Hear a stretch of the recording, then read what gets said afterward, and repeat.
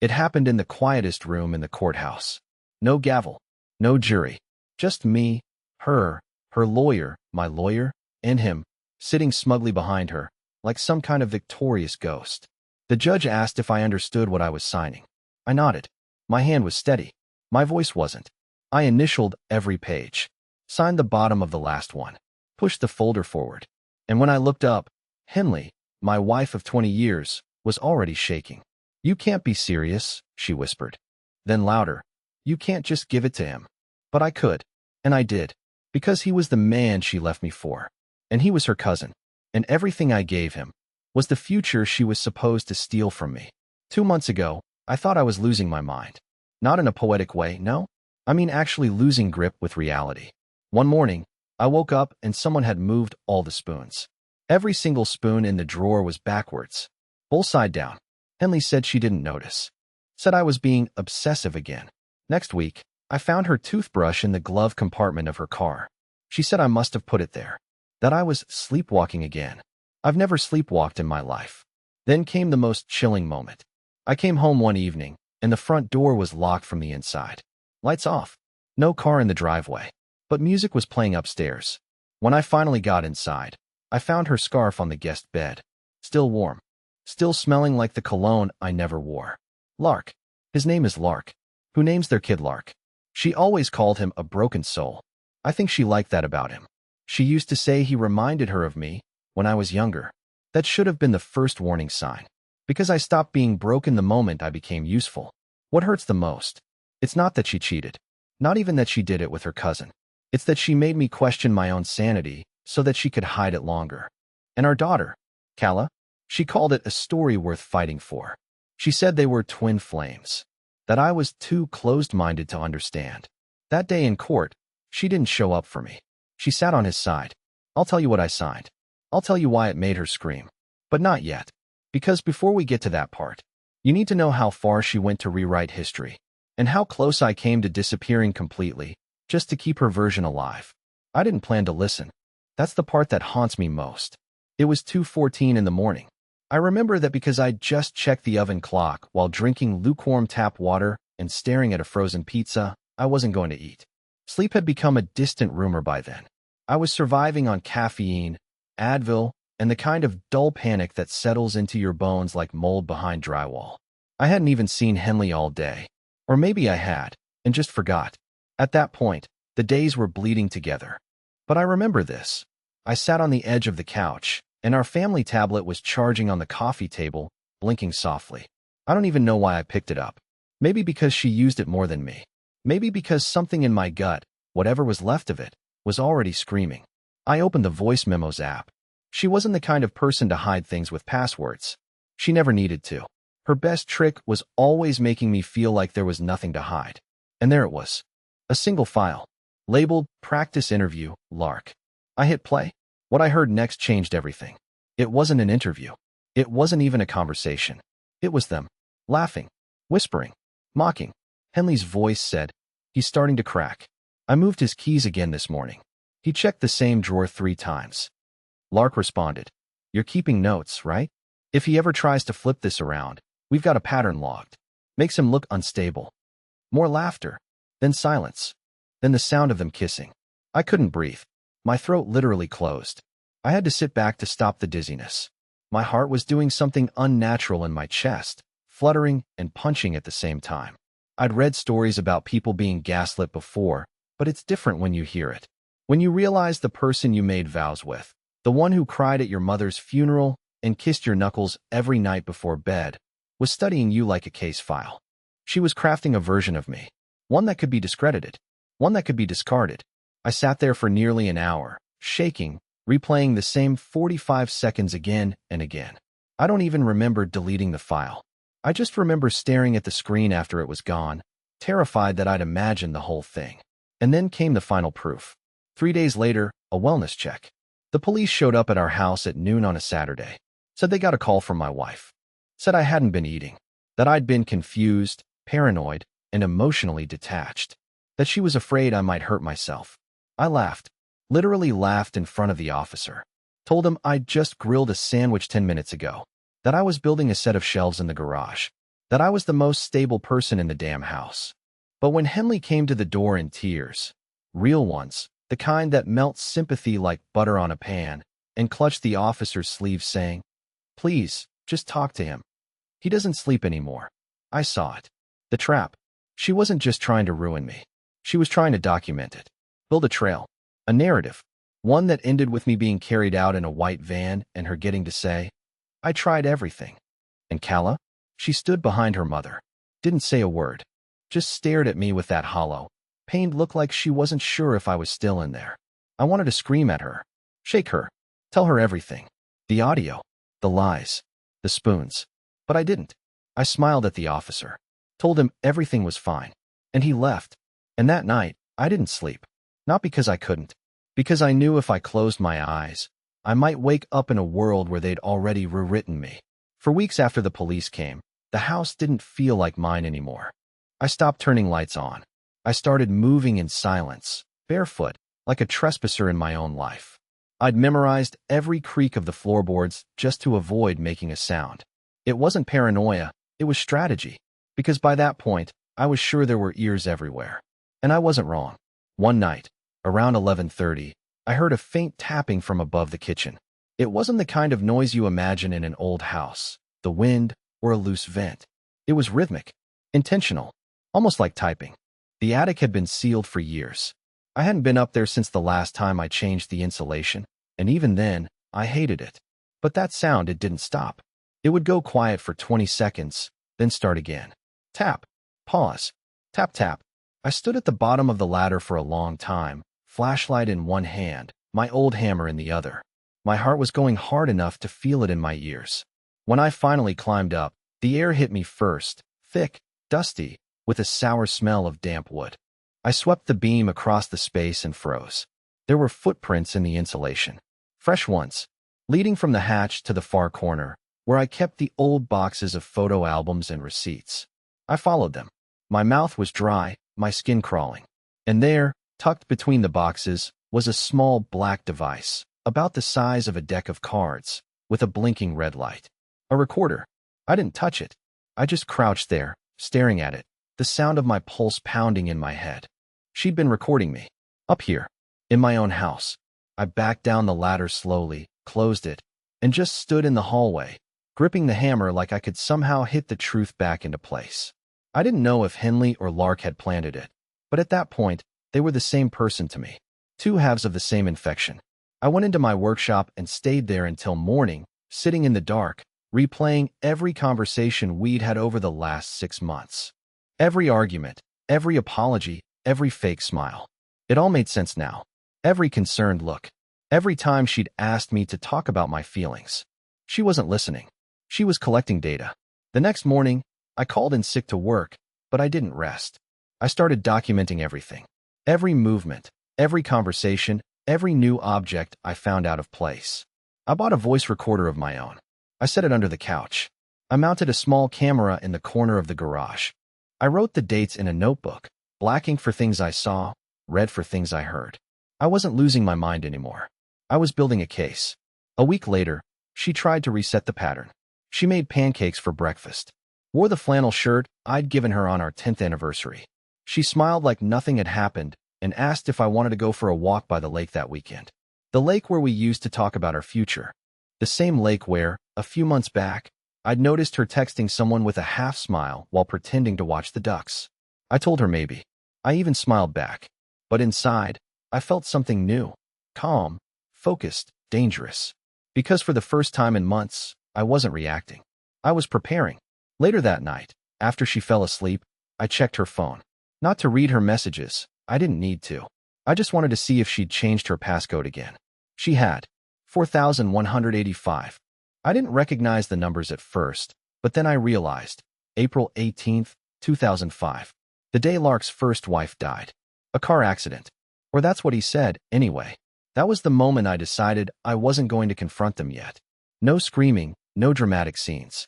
No throwing their things out on the lawn. They wanted me to snap. They wanted a story that ended with me losing control. But instead, I was going to give them silence.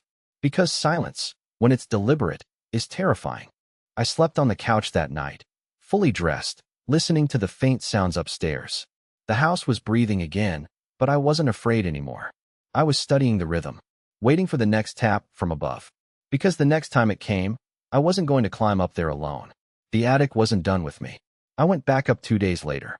This time with gloves, 2 flashlights, and a crowbar. Not because I expected a fight, but because I wanted to feel like I had control of something, anything. I didn't touch the recorder that first night. It had felt too dangerous, like a trap waiting to be triggered. But now, in daylight, I could see it for what it was, a cheap off-brand device, probably bought online. Tucked behind it was a thin wire, disconnected, which meant one thing. It hadn't been live. It had already done its job. Someone had come up here and removed the battery after collecting whatever it had recorded. I had arrived after the show. But then, behind the beam where it had been taped, I noticed something wedged into the insulation. An envelope, sealed, and warped slightly from humidity. I froze. It wasn't dusty. It wasn't old. It had been placed there after I'd first gone up. Someone had returned. Probably the same night I found the device. I opened it. Inside were 6 photographs. No note. No fingerprints. No markings. No logical explanation. Just 6 grainy, candid photos, each one worse than the last.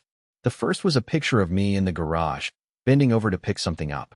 The second was me asleep on the living room floor, wrapped in a blanket. The third was me walking out to the mailbox in my robe. The fourth was me in the bathroom mirror, brushing my teeth. No shirt. No awareness. That one made my knees go weak. The fifth was me sitting on the back porch, staring at my hands. And I remember that moment. I'd just come from the workshop. I had wood stain on my fingers. I was thinking about my father, about how he would have told me to stop moping and start building again. I remember blinking through tears. And someone had captured it, framed it, preserved it. And the sixth? The sixth was the worst. It wasn't of me. It was of Henley and Lark, taken through a window from outside the house, kissing in our kitchen. But it wasn't romantic. It wasn't stolen affection. It looked posed, like they knew the camera was there. That's when the nausea hit. I ran down the ladder, nearly broke my ankle tripping on the 3rd rung.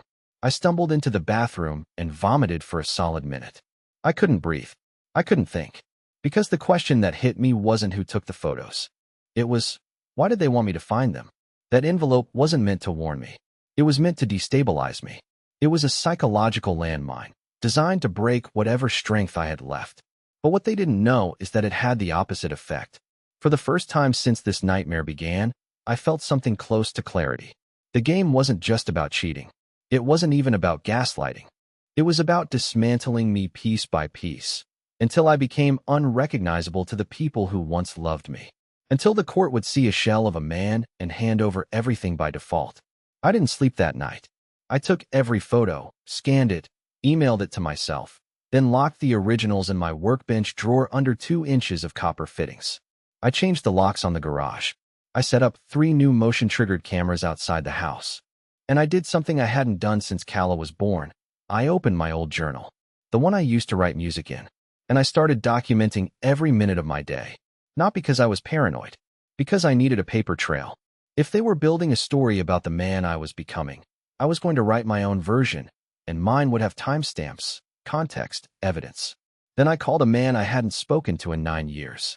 Not a friend, not even someone I particularly liked, but someone who owed me a favor. A private investigator named Ransom Pike. Yes, that's his real name.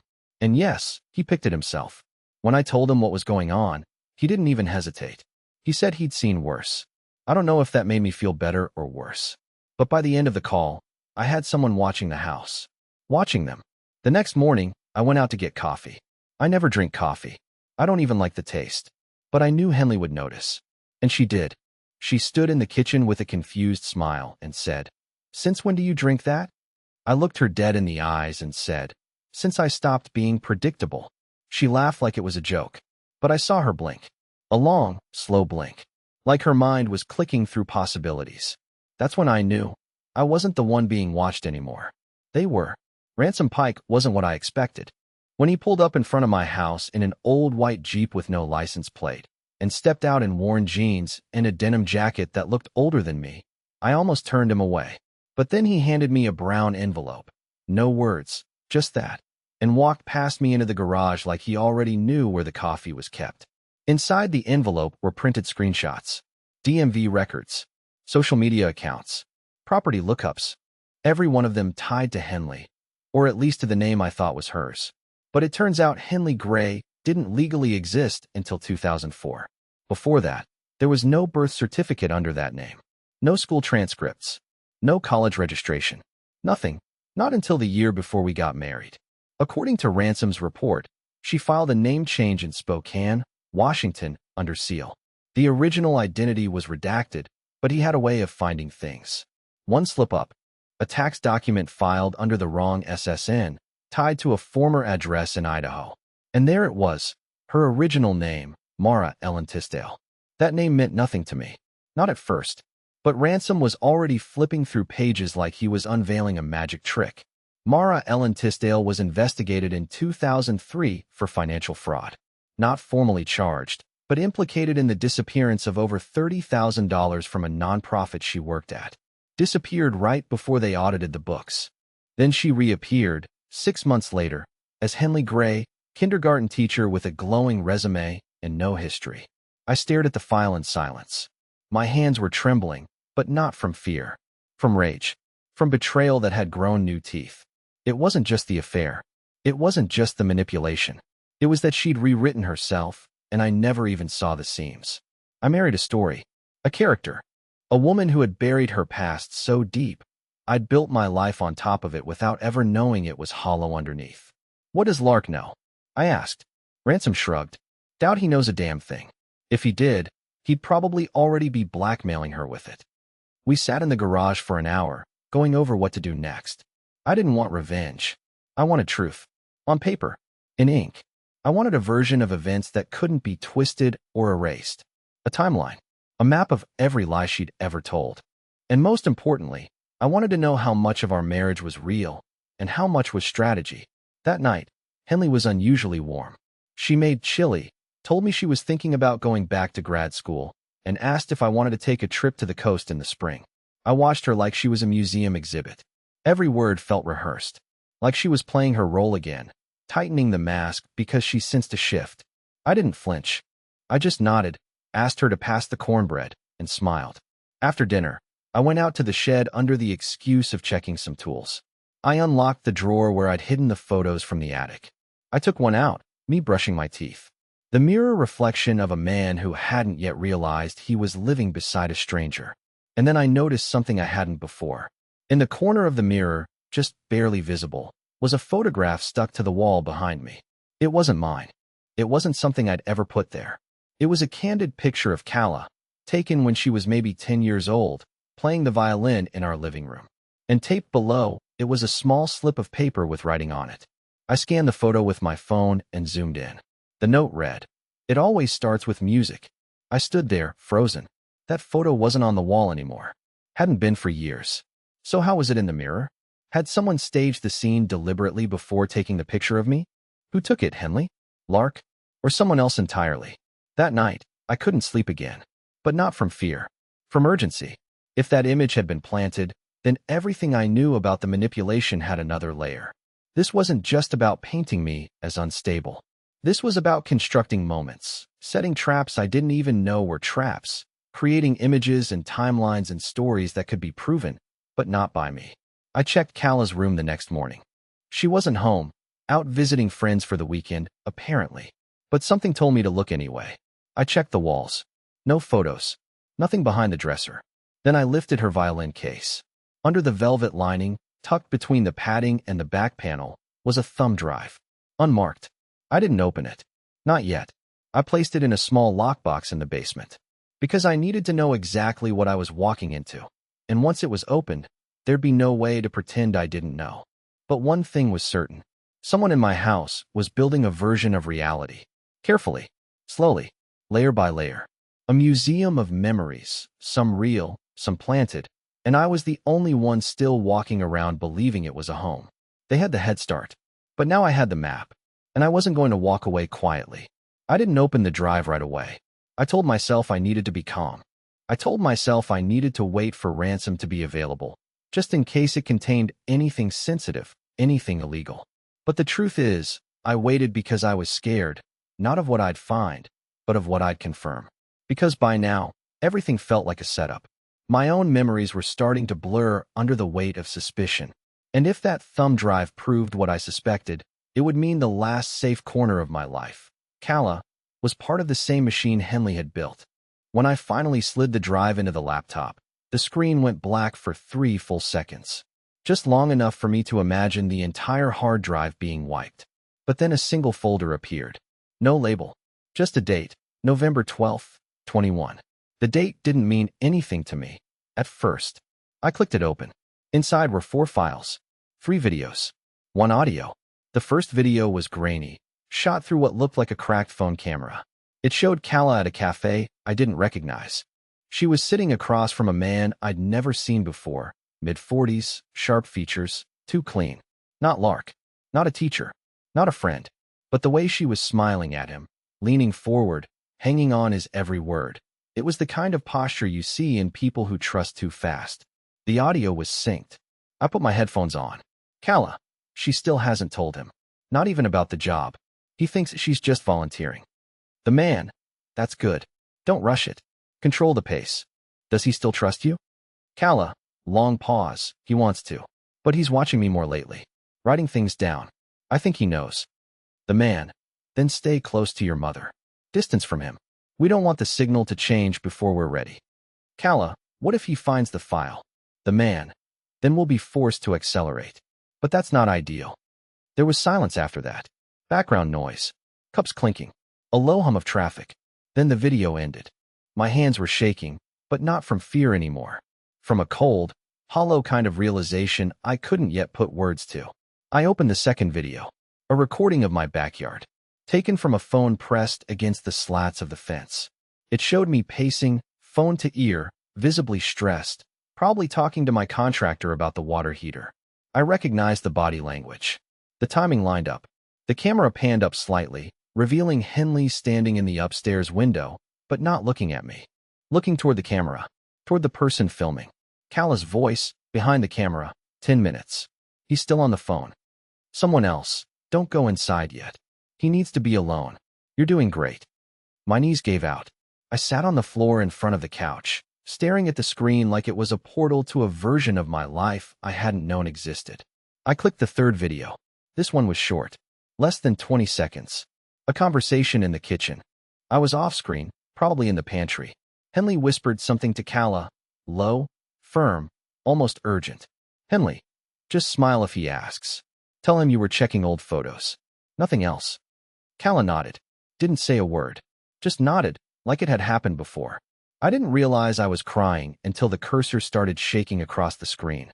My whole body had gone numb, and I still had the audio file left. But before I opened it, I pulled out the drive. I couldn't hear one more voice. I needed time. I needed to think. I stepped outside. The air was sharp, cold, and unforgiving. The wind carried the smell of burning leaves from a neighbor's yard. I stood in the middle of my lawn, under the sky I used to look up at with Calla on summer nights when she asked if stars made noise. I used to tell her yes. I used to say, if you listen long enough, you'll hear them humming just for you. Now I wondered if she remembered that, or if those memories were just props in the story they'd been constructing. Back inside, I called Ransom. Told him I needed a full trace on the man in the cafe video. Sent him screenshots. He didn't ask questions. Said he'd have results in 48 hours. Then I played the audio file. It was Henley, alone, crying, or at least pretending to. Henley, if he finds the notebook, you know what happens. You've read what he's written. He's not stable. I love him, but he's unpredictable. He might hurt you. He might hurt himself. We can't wait much longer. Another voice, distorted, edited. You know what to do. You always have. End of file. I sat there in the dark, understanding for the first time what they were doing. This wasn't about a breakup. This wasn't even about an affair. This was a long, structured extraction plan. A methodical campaign to remove me from my own life with legal and emotional justification, so that when the dust settled, there'd be no version of me left to contradict them. They weren't just rewriting history. They were preparing to erase it completely. I didn't hear from Ransom for 3 days. Not 2, like he promised. 3 long days. That was unusual for him. He wasn't the type to leave a job halfway done, let alone go completely dark. I texted, No reply. Called. Straight to voicemail. By the second night, I was standing by the window at 2 a.m., watching headlights crawl through the neighborhood, convincing myself every idling car was someone watching the house. I wasn't sleeping much anyway. What was the point? Sleep had become a place where I saw my old life in fragments. Calla in the backyard laughing, Henley humming while she made soup. And every time I woke up, it was like losing them all over again. When Ransom finally did show up, he didn't knock. He let himself into the garage, same as before, and called out my name with the kind of voice people use when they've seen something they weren't supposed to. He looked different. Pale. A little thinner. His eyes had that darting, restless thing going on, like a man trying not to say too much before he's sure the room is empty.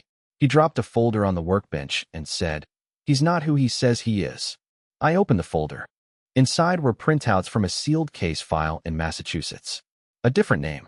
A different photo, but the same man Calla had been meeting. Same eyes. Same smirk. The man's name, at least on record, was Marcus Ashler, born in 1975, former consultant for a behavioral research institute that closed down in 2009 after a whistleblower exposed internal experiments involving psychological pattern mapping and interpersonal influence conditioning. In other words, mind games. Controlled manipulation. Testing how people respond to false information, manufactured trust, authority illusions, and emotional redirection. It was never criminal. Not officially. But the program was shuttered and quietly buried. Marcus disappeared the same year. Ransom found a match only because a license application for a security firm in Nevada used the same birth date and a variation of the name. No one else had connected the dots because no one else was looking. And now he was sitting in a cafe with my daughter, speaking in rehearsed tones about trust and signal control. I couldn't breathe. What does he want?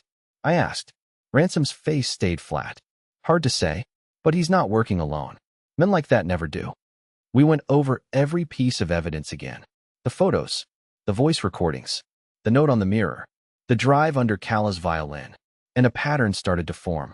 Not just a conspiracy to make me look unstable, but a staged series of psychological events, deliberately timed and layered, designed to wear me down, confuse me, isolate me. And not just emotionally, legally, financially, socially. Every misstep documented. Every odd reaction harvested like data. They're building a character profile, Ransom said. One that ends in self-removal. You get labeled erratic, depressed, possibly dangerous, and they win without ever raising a hand. Who are they? He hesitated, then said, "You're not the first. You probably won't be the last." I felt something cold settle in my chest. A different kind of betrayal. Not personal, not romantic, but institutional, systemic. Like someone had picked my life off a shelf and decided it was ready for extraction. Why me? I asked. Why my family? I'm a violin maker. I have no enemies. I've never even been arrested. Ransom leaned forward, lowered his voice. Because you're quiet. You're methodical. You journal. You pay your taxes on time. You don't scream. You don't run. You stay. What does that mean? It means you were a perfect candidate for discrediting. No past outbursts, no prior instability. If they take you down, and no one believes you, it makes the next 5 targets easier.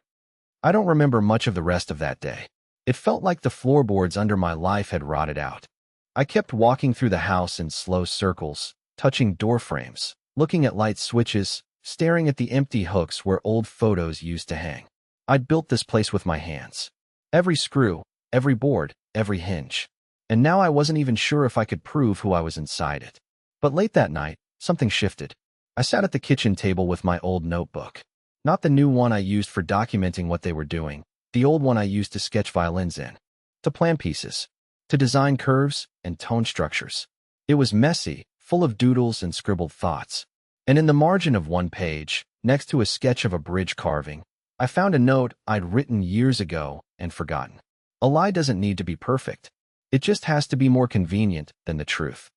It was something my father used to say when he caught politicians lying on the radio. But now it rang different. It sounded like a challenge, like a warning. That night, I made a decision. I wasn't going to protect my name. I was going to destroy theirs.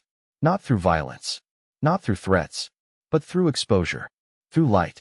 Because if there was an organization behind Henley, behind Marcus, behind all of it, then the only way to survive was to make them afraid of being seen. The only question left was, who else was in on it? And why had they started with her? I used to think the most terrifying sound in the world was silence. Now I know better.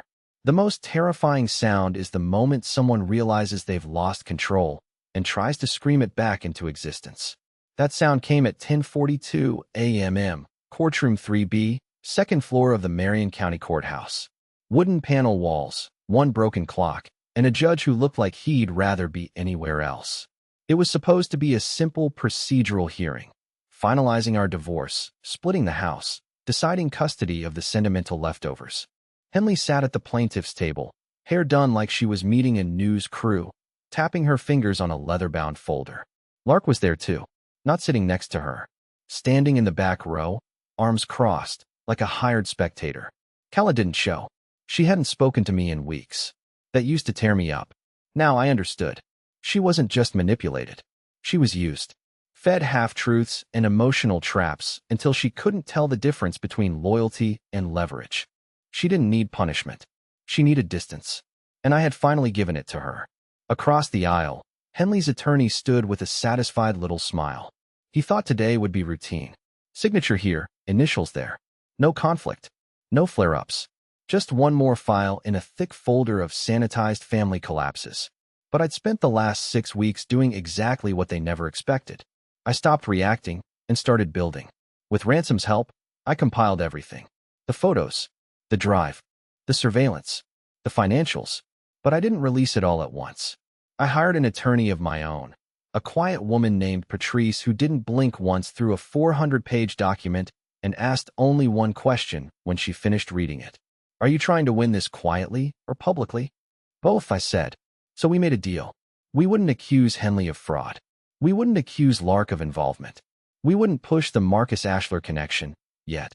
Instead, we would lean on something far simpler. Something Henley had overlooked in all her scheming.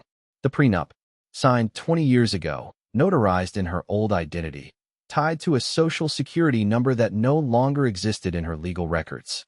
That invalidated the entire document, which, in turn, meant every protection she had counted on, every percentage of the house, every asset claim, every protection clause, was void. So when the judge asked if I had any final statements before the financial division, I stood, cleared my throat, and said, Your Honor, I'm happy to sign over my share of the home to Ms. Gray on one condition. She acknowledges the prenup as invalid and agrees to withdraw her claim on the business income from my workshop over the last 10 years. The courtroom went still. Henley's lawyer turned pale. Henley's head snapped up like someone had thrown ice water on her. What? She stammered. No, he can't give it to me. That's not. Ms. Gray, Patrice said smoothly.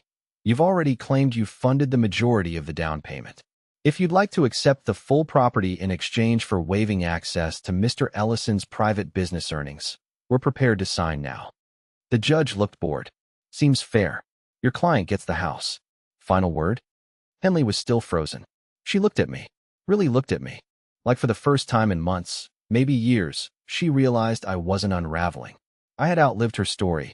And then she screamed. Not loud. Not childish. Just one sharp, guttural cry of pure frustration. The sound of a plan collapsing. A lifetime of quiet control slipping through her fingers in front of the one person she thought would always fold. Lark didn't move. He didn't even blink. That's when I knew. He'd seen it coming too. I walked out of that courtroom with nothing but my notebook, a folder of signed papers, and a sense of weight I hadn't felt in a decade lift off my chest. I didn't get the house. I didn't want it. I didn't get to keep every dollar. Didn't need to. I got something more valuable. I got my narrative back. No one would call me unstable again. Not with documentation. Not with witnesses. Not with court records that now included her fraudulent identity history, which Patrice quietly requested sealed, for now. I moved into a small place just outside town. Quiet. Clean. Real. The kind of place where the floors don't whisper and the walls don't lie. I built a new bench. Started taking on private clients again. I didn't see Calla for 6 weeks. And then, one morning, I found an envelope at my door. No stamp. No name. Inside was a single Polaroid. Calla, standing in front of a music school I didn't recognize, holding her violin, smiling. On the back, in her handwriting, it always starts with music. I'm ready to start again. No apologies. No explanations. Just a beginning. And that was more than enough.